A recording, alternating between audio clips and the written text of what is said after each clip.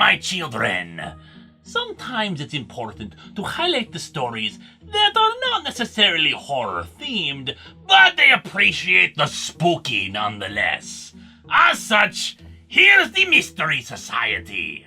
Nick and Anastasia Mystery are rich, and they've decided to use their money to be globe-trotting super detectives, utilizing their skills and connections to investigate the paranormal. Their first major case brings Nick to Area 51, not to look for aliens, but for twin psychic girls named Nina and Sally, who have been held prisoner there for decades. Nick is devoted to not killing, and it certainly wouldn't look good to be murdering US Army personnel, though it takes a bit of convincing to get the girls to see it that way. More importantly though, if they're going to be a true society, then they need to recruit some people. Nina and Sally are certainly a start, but how about a dead lady going by the name Secret Skull? Like me, she is a ghoul, which means we have the same makeup artist. And while psychic girls experimented on by the government is certainly interesting, what's more interesting, and certainly more up our coffin, my children,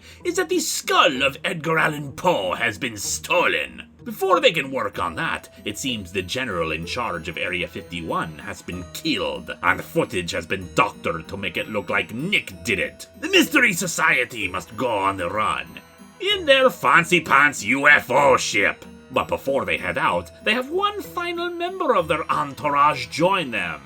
Jules Verne! aka Jules Verne's brain that has been put inside of a steampunk robot body. While Nick, Anastasia, Nina, and Sally work to clear their good names, Jules and the Secret Skull go to investigate the stolen remains of the good Mr. Poe. Percy, the son of the supposedly murdered general, has a bit of a kill boner for Nick, killing his own men even while seeking him out. They head back to Area 51 to see if they can find the original, undoctored footage. Nick is captured, which was their plan all along. He manages to sneak out of his cell to obtain the real footage, sending it out to Anastasia to see what she can do with it. Meanwhile, the bones and brains of the group meet with Charles Culprit, the head of the Poe Historical Society, who explains that there is a belief about the skull, that performing the right ritual can have the skull recite poems that Edgar Allan Poe wrote, or, in fact, new ones from beyond the grave.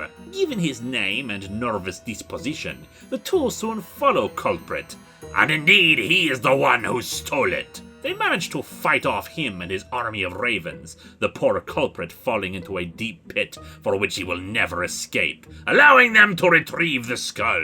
Meanwhile, Anastasia breaks into the Pentagon to speak with several high-ranking military personnel, showing them the original footage and proving that Nick was not responsible for the murder.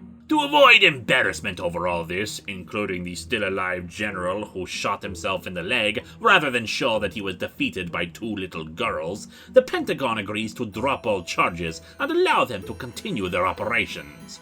Although there can be no official relationship between the government and the Mystery Society.